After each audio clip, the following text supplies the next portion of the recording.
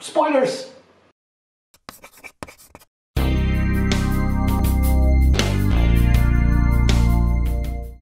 From laughter to tears, a good actor that we identify with can take us on an emotional rollercoaster ride through a movie. But when the actor is a machine, how well can they portray a feeling? In real life, AI and robots may still need an upgrade for their emotional intelligence. But in movies, they left me in shock and wonder. Welcome to Dr.Video's Psych Evaluation. 10 times AI gave us the feels. Usual R2D2 C3PO Star Wars. Science fiction was still a growing genre that not everyone took seriously back in 1977 when the first Star Wars movie hit the theaters. Considering that, it was quite a daring move by George Lucas to pick two robots for the opening scene. C3PO and R2D2 are the first characters to appear on screen, and as the audience, you drop in alongside them in the middle of their adventure. They are telling you a story, even though one of them can only bleep. Did you hear that? They shut down the main reactor. We'll be destroyed for sure. This is madness. We quickly come to know what an amazing friend R2-D2 can be, from playing key elements in several of the episodes to helping and saving his friends to co-piloting spaceships. But it's not the technical aspects that makes us feel attached to him. It's his distinctly emotional sounding bleeps.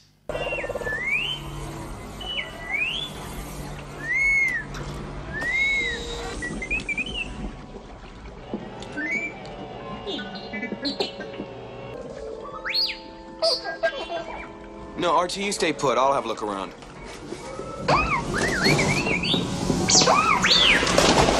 One of the reasons we feel so primed to care about him is a trick by sound designer Ben Bird. He imitated baby noises through an intercom and mixed it with a synthesizer. And then there's C3PO. With his mastery of millions of languages and space etiquette, the Golden Droid was heavily inspired by the first feature-length science fiction movie ever, Metropolis from 1927. The interaction between the two droids show all the different layers of friendship, and as a viewer you can't help but love them.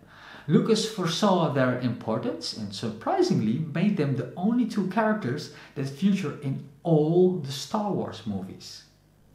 Zanne. Black Mirror. Sci-fi series Black Mirror heavily plays on our feelings in pretty much all episodes. But in Be Right Back, there is an AI that gives me a complicated potion of pity. When Martha loses her boyfriend Ash in a car accident, she discovers a technology that can produce an AI that imitates him based on his social media profiles. You click the link and you talk to it. It mimics him and reads through all the things they've ever said online. The more it has, the more it's him. So, how am I sounding? You sound just like him.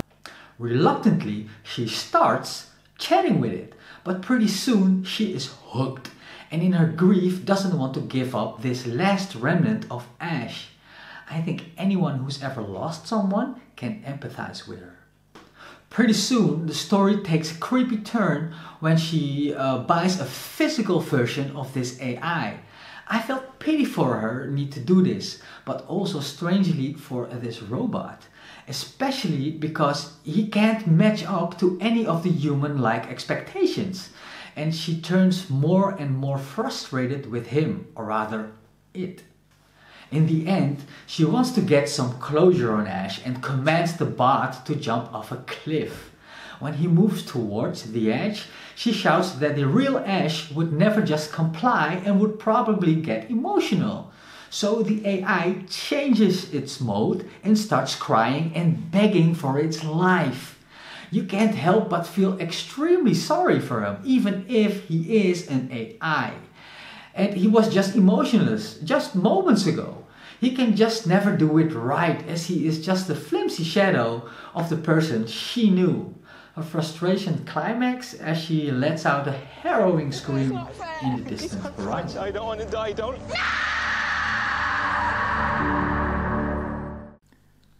Kanashimi Optimus Prime.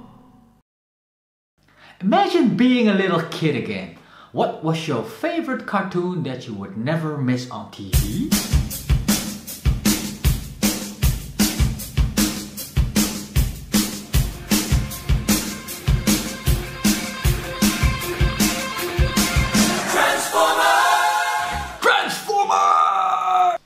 Now imagine your main hero, the character you look up to, suddenly die.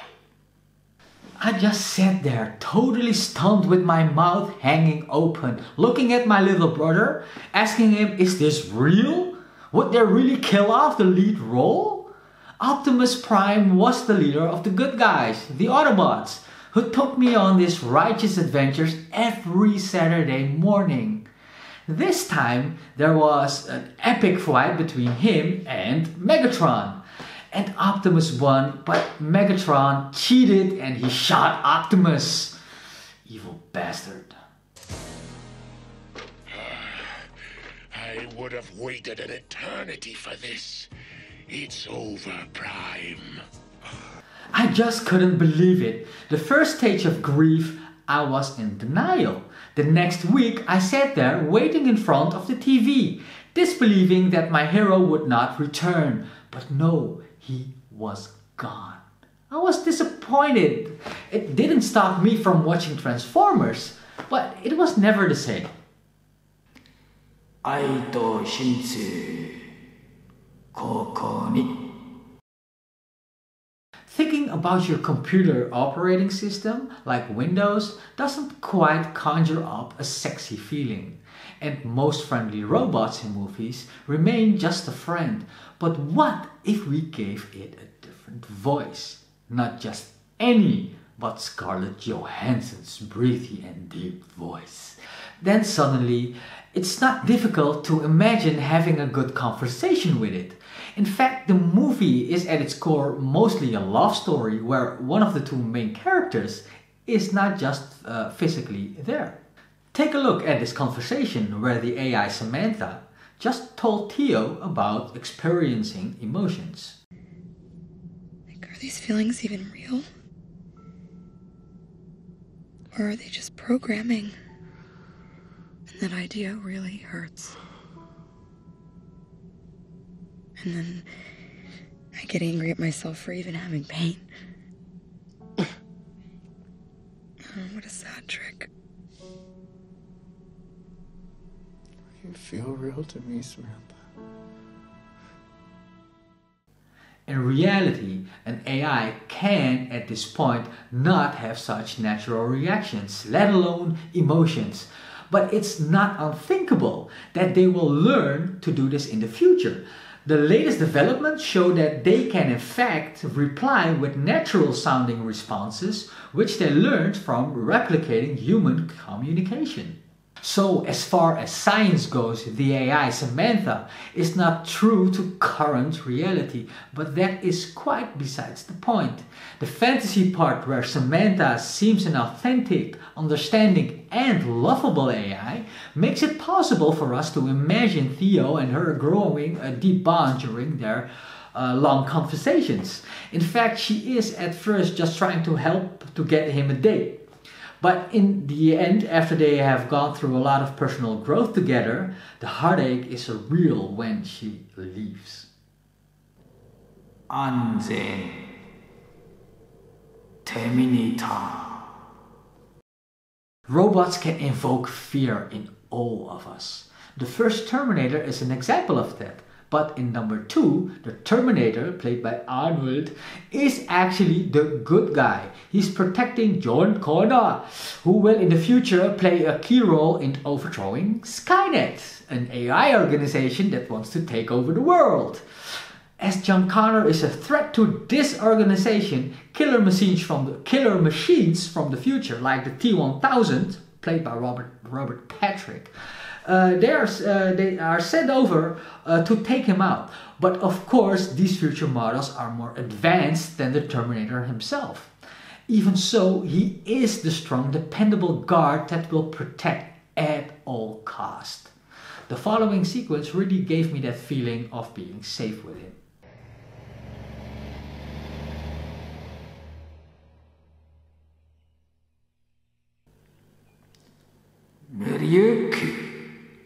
Kit, Knightrider. If I had money to spare, the first car that I would buy would be a Pontiac Firebird Trans Am from 1982. Of course, Kit from Knightrider. Well, the talking two-door car stole my heart. It could think for itself, it was helpful, indestructible, of course good looking. Just look at those lines from this car, it's just beautiful. And he was smart. He's like that friend that always gets you out of trouble. And let's not forget that British accent that comes together with stuck-up attitude. But then, this happens.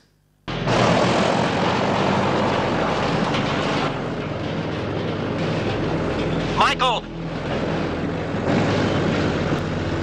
Kit! Michael, help me! Michael, help me! Michael, help me! Kit! Michael! Michael!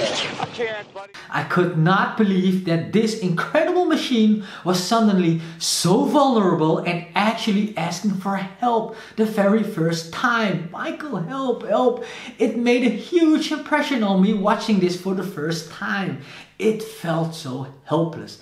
Especially after he's been thrown into the acid and tow him up and all that's left of him is just a skeleton.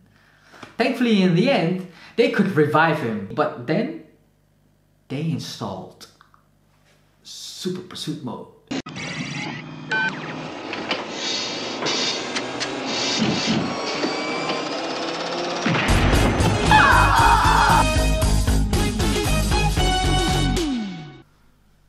Warai Robotto to Frank.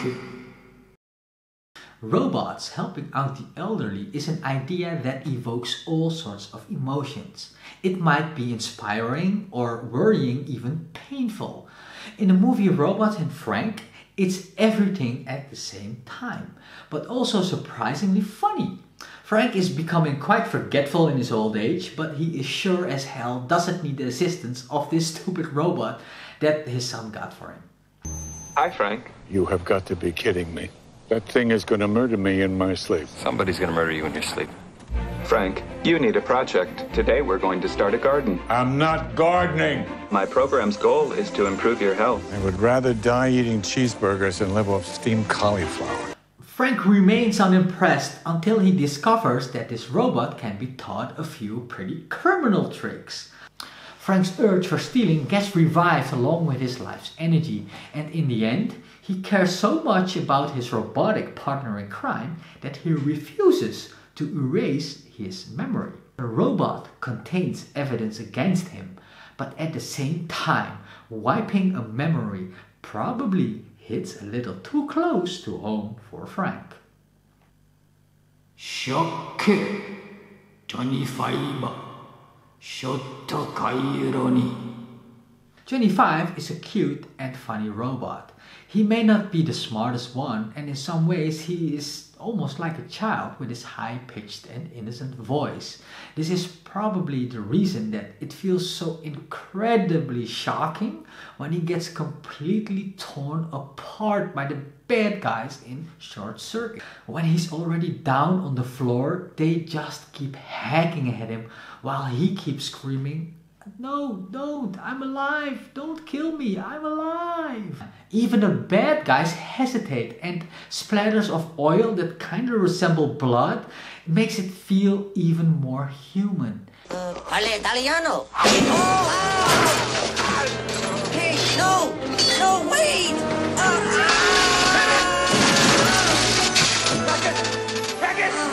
Don't you get it? It's a witness that can identify him! No, stop, please. Not just machine. Ow! Not disassemble. I'm alive. It's so graphic. When they chop off his arm and bust his eyes, it's so... Oh. If you're a parent, do not let your child watch this on his own. It's pretty traumatizing. Well, at least for me it was. In the end, when he's still barely alive, he managed to save himself by calling the help of radio-controlled airplanes. But man, I felt harrowed and shocked after watching this. Uragiri, Avengers ni nenrei matawa yuritron. The world is under threat of evil aliens, and Tony Stark thinks it can be fixed by inventing the perfect AI that will uphold world peace. Anybody remember when I carried a nuke through a wormhole? No, it's never come up. Save New York? Never heard that. Recall that? A hostile alien army came charging through a hole in space. We're standing 300 feet below it. We're the Avengers. We can bust arms dealers all the live long day, but that up there, that's the end game. How are you guys planning on beating that? He's been working on his own version, but when he gets his hands on an alien AI, things start to get fishy.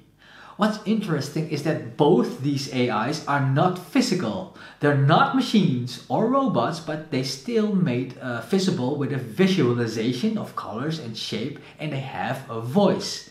This gives an extra dimension to their character. Here, the failure is very human. We overestimate machines all the time, because by the time it has even one human-like characteristic, we start expecting it to behave like a fully developed human. Just because something can react, calculate, or even respond in a voice, it doesn't mean it can understand the intricacies between the lines of human communication.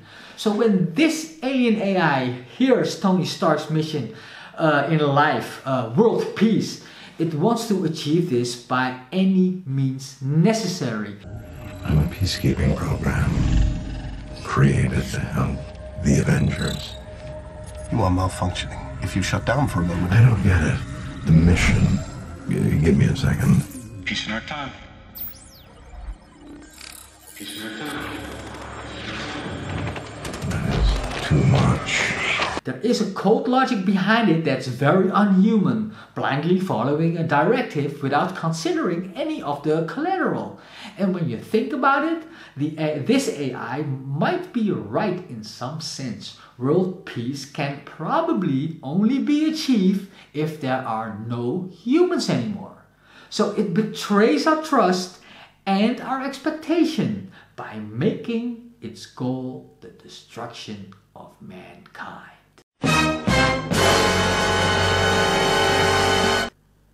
Aichaku Wally. Wally is a good little robot, and even though the Earth is deserted, he is still doing his job recycling trash. He's rummaging through what humans left behind, not distinguishing anything by its worth to us, but by its worth to him. Wedding ring? Not so much, but the little box it came in? Yeah, that's a keeper. Well, in this way, they expertly chose a cockroach that is his companion. He's hoarding and collecting, which is a very human characteristic. And during his explorations, he encounters another AI, a friend. Well, cuteness ensues. Although at first she is not too fond of strangers and she has a shoot first then ask questions policy, in the end, it turns out to be another love story.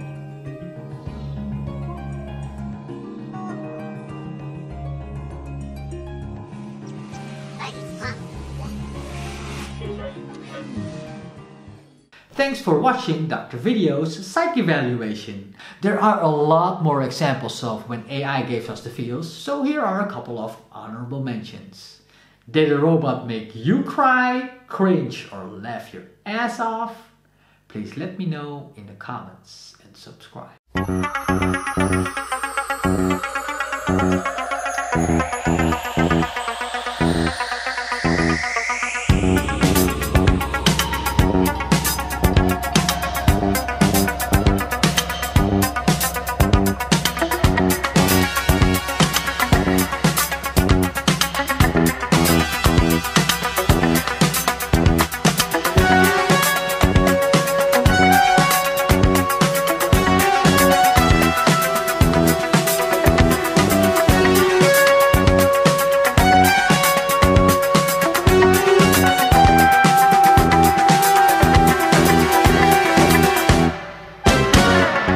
Bye.